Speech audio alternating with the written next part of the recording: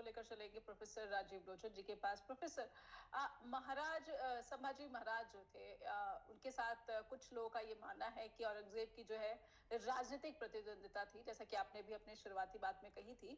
ये धार्मिक प्रतिद्वंदिता नहीं थी बल्कि राजनीतिक थी, और इसका मौजूदा सियासी परिस्थिति पर असर जो है ये कितना सही माना जाए? क्या इतिहास की समझ जो है महाराष्ट्र के पॉलिटिशियन गलत कर रहे हैं?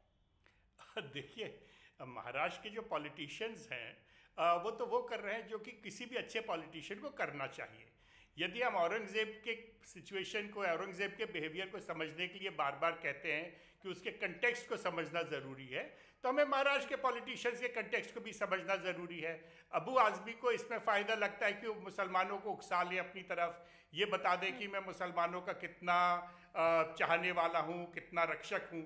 आप ध्यान रखें, पंजाब में भी इसी तरह की कुछ समस्या फैली थी 1970s 1980s में, जब पाकिस्तान के इन्फ्लुएंस में आकर खालिस्तानियों ने हाहाकार मचाया था पंजाब में, और उसको सुधरते सुधरते करीब 20 साल लग गए। इन 20 सालों में कई सौ मुसलमानों, कई सौ हिंदुओं को मारा गया, कई हजार हिंदुओं को विस्थापित किया गया। इन चीज़ों की चर्चा हम नहीं करते हैं, पर एक चीज़ हमने देखी कि जब 1990 के दशक में खालिस्तान की समस्या को समाधान कर दिया गया, तो उसके बाद जब फिर से खालिस्तान की समस्या को उकसाने की कोशिश की गई 21वीं सदी में, पिछले 10-12 सालों में, तो बार बार जो पंजाब के लोग थे उन्होंने आगे बढ़ के कहा, जो खालिस्तानी समर्थक थे, जो खालिस्तान के नेता थे, उनसे कहा कि चुप हो जाओ, हम तुम्हारे साथ नहीं हैं, तुम गलत काम कर रहे हो। तो मेरी अपेक्षा है कि जो मुसलमान लोग हैं महाराष्ट्र के, वो भी खड़े होकर कहेंगे कि औरंगजेब की हमें बात नहीं करनी चाहिए।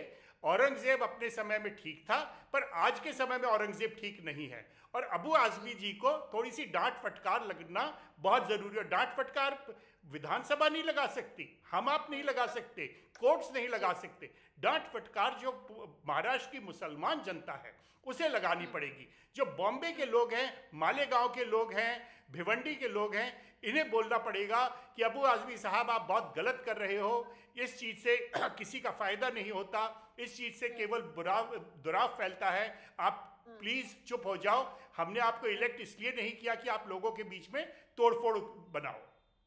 ठीक है, तो क्या इतिहास का की अपनी समझ का प्रदर्शन करना एक राजनेता के रूप में गलत हो गया? अगर वो राजनेता नहीं रहते तो अभिव्यक्ति की स्वतंत्रता का अधिकार वो इस्तेमाल कर सकते? नेहा जी, इसमें जो बात है वो तो ये है कि अबू आज़मी की जो इतिहास की समझ है वो भी नगण्य है।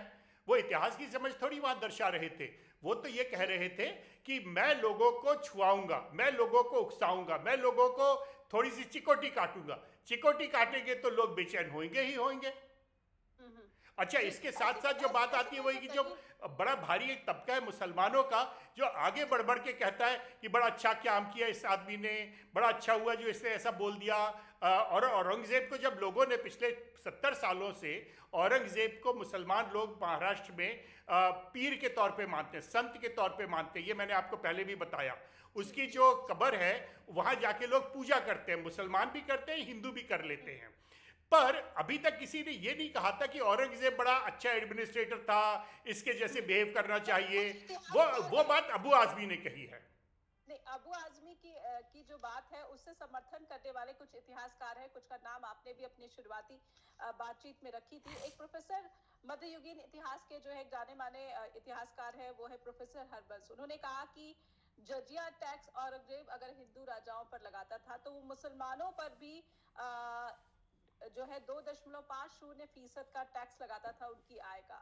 तो इसके साथ ही ये विवाद कि औरंगजेब जो है वो हिंदुओं पर अत्याचार करता था, ये विवाद खत्म हो जाना चाहिए। लेकिन क्योंकि ये सूट करता है हमारे राजनेताओं का को या फिर सियासी दलों को, वो अपने हिसाब से तोड़ते नहीं मरोड़ते नहीं नहीं नहीं नहीं, तो हरबंस जी तुमको तो कुछ भी नहीं पता। ये जो आप जिन इतिहासकार को आपने कोट किया, ये तो बिल्कुल ही इन्हें कुछ भी नहीं पता, ये मैं साफ बोल सकता हूँ।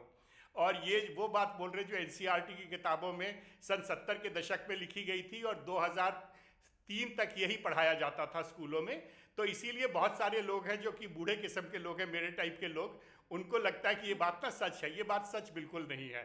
अब तो जो मुसलमान लेखक हैं, आप फिरास अल खतीब की किताब पढ़ें जो कि अभी 4 साल पहले आई है, बड़ी फेमस किताब है फिरास अल खतीब की किताब। हिंदुस्तान का ही मुसलमान है, उसने लोगों के लिए किताब लिखी कि इस्लाम हिंदुस्तान में कैसे रहा है और क्या क्या करता रहा है, और उसमें तो उसने पूरा एक चैप्टर ही औरंगजेब और उसकी क्रूरता पे डाला हुआ है कि कितना क्रूर इंसान था, हिंदुओं को उसने कितना तंग किया। इस तरह की बातें फिरास अल खतीब कह रहा है।